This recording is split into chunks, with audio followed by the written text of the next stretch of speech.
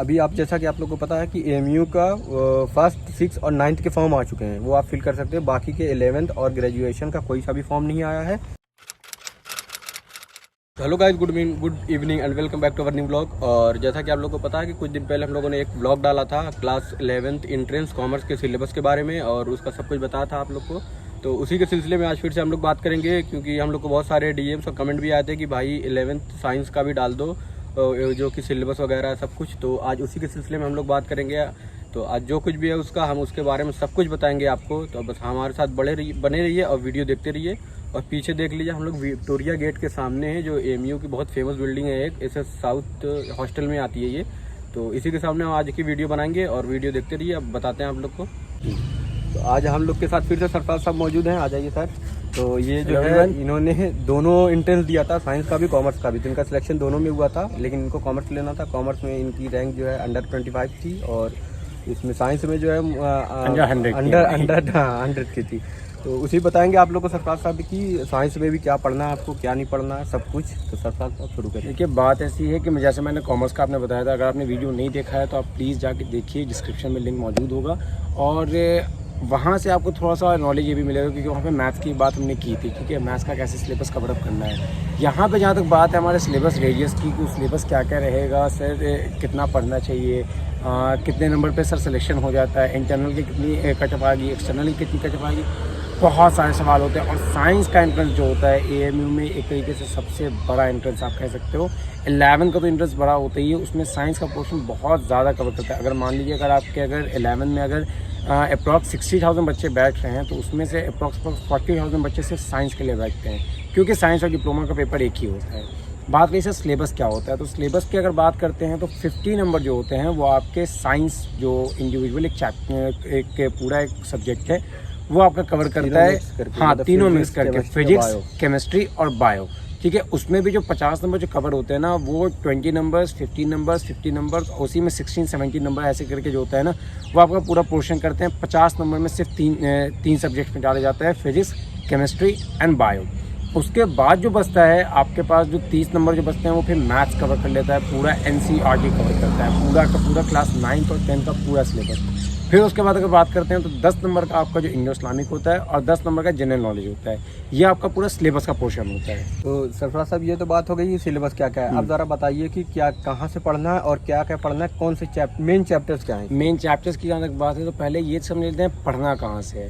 तो मेरे नज़र में मैं हमेशा कहता हूँ एनसीईआरटी से अच्छी कोई भी किताब नहीं है, जो कि एएमयू 11, चाहे वो कॉमर्स आर्ट्स हो चाहे वो साइंस हो, आप एनसीईआरटी को अगर छोड़ते हैं तो आपका सिलेक्शन के चांसेस बहुत ज़्यादा कम होते हैं। अगर आप पूरा एनसीईआरटी कर लेते हैं क्लास 9 और 10 का, तो आपका सिलेक्शन कोई नहीं रोक सकता। भले आप कोई गाइड लगाएं ना लगाएं, आप क्वेश्चंस लगाएं ना लगाएं, आपका सिलेक्शन अगर आप क्लास 9 और 10 की जो एनसीईआरटी का पूरा पोर्शन है अगर आप कवर अप कर लेते हैं, तो फिर आपका सिलेक्शन कोई नहीं रोक सकता। अब बात होती है सर मेन चैप्टर्स क्या होते हैं।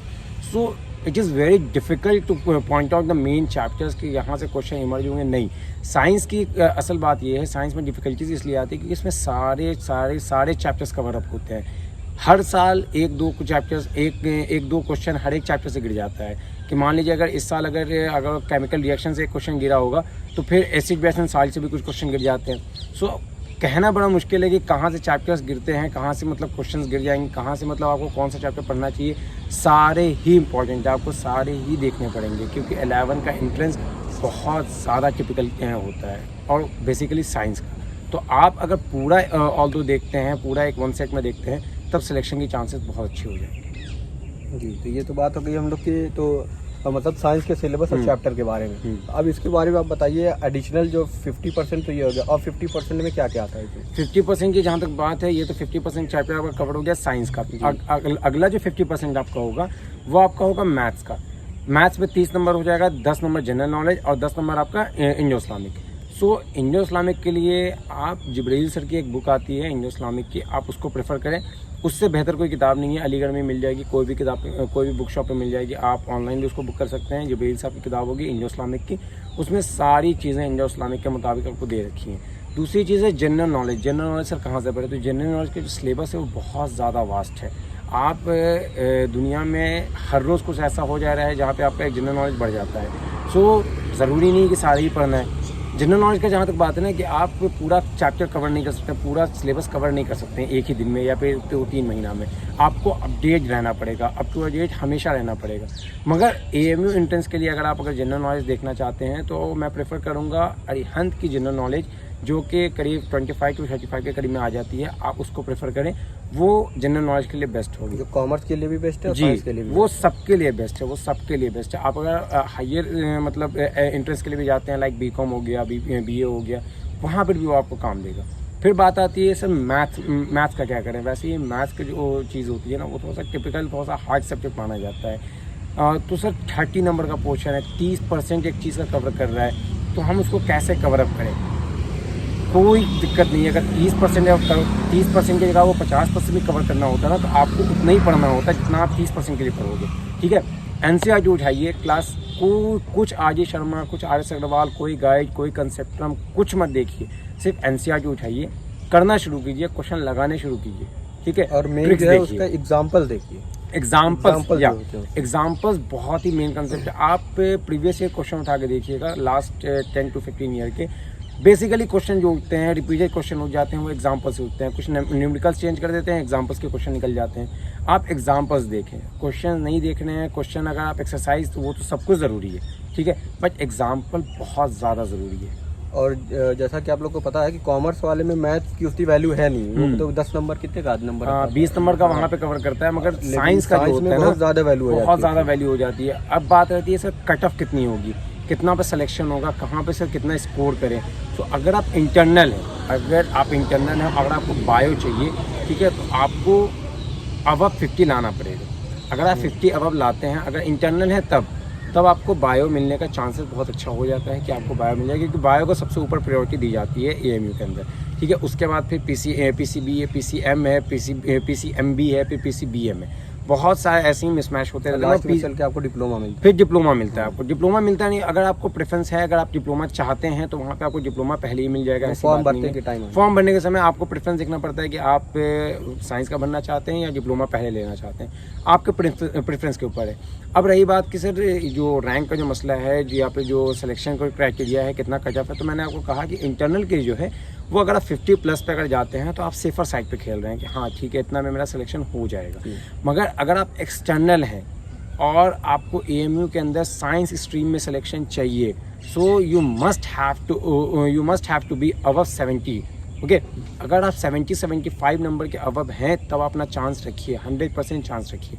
अगर उसके नीचे आते हैं, क्योंकि देखिए अभी कमेंट में कुछ क्वेश्चन आएंगे, कुछ कमेंट्स आ जाएंगे कि सर मेरा 65 था, मेरा सिलेक्शन हो गया, सर मेरा 62 था, मैं एक्सटर्नल था, मेरा सिलेक्शन हो गया।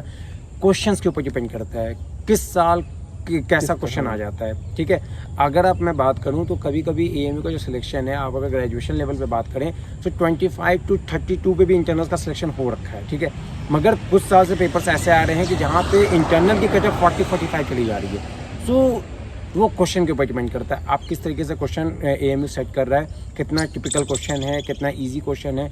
सो उस बेसिस पर डिसाइड होता है कि हाँ आप कितना स्कोर कर रहे हैं। मगर अगर आप एक्सटर्नल हैं, तो आपको 70 to 75 के बीच में रहना पड़ेगा। 70 अबव के लिए आप सेफर साइड पे हो जाएंगे। अगर आप इंटरनल हैं, तो आप 50+ पे रहिए, आप सेफर साइड पे रहेंगे। ये आपका पूरा कट ऑफ का सिनेरियो है। ये हो गया पूरे कट ऑफ का सिनेरियो, और आप लोग को पता चल गया कि क्या पढ़ना है आपको, क्या नहीं पढ़ना है।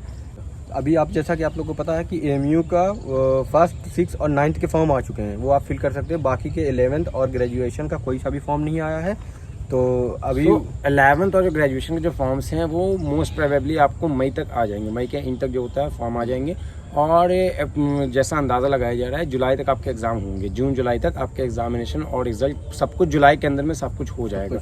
ठीक है, सो अगर आपको अब भी कोई डाउट है कि सर कहाँ से क्या करना है, कैसे करना है, so don't forget to comment down that question.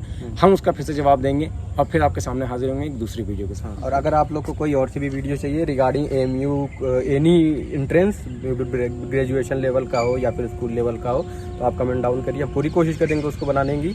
तब तक आप पढ़ाई करिए और अच्छे से एंट्रेंस निकालिए, फॉर्म आने वाले हैं। जल्दी मिलते हैं एक नई वीडियो के साथ। तब तक चैनल सब्सक्राइब करिए, शेयर करो, कमेंट करो। अगर आपको कोई सा भी क्वेश्चन हो रिगार्डिंग AMU, डायरेक्टली आस्क करें। आप सीधा नंबर भी अलगमा का दिया रहता है, आप वहाँ से देखें। अगर मुझ तक अगर आप पहुंचना चाह रहे हैं तो मुझ तक भी आप पहुंच सकते हैं अलगमा से जान के, ठीक है। हम गाइड के लिए आपके लिए हम मौजूद अपनी और सरफराज साहब की दोनों की इंस्टाग्राम आईडी भी डाल दें, आप वहाँ पे भी डीएम कर सकते हैं। जहाँ सा आप लोग को सही लगे वो आप कर दें, हम पूरी कोशिश करेंगे आप लोग को बताने की। जल्दी मिलते हैं फिर नए वीडियो के साथ, तब तक के लिए बाय।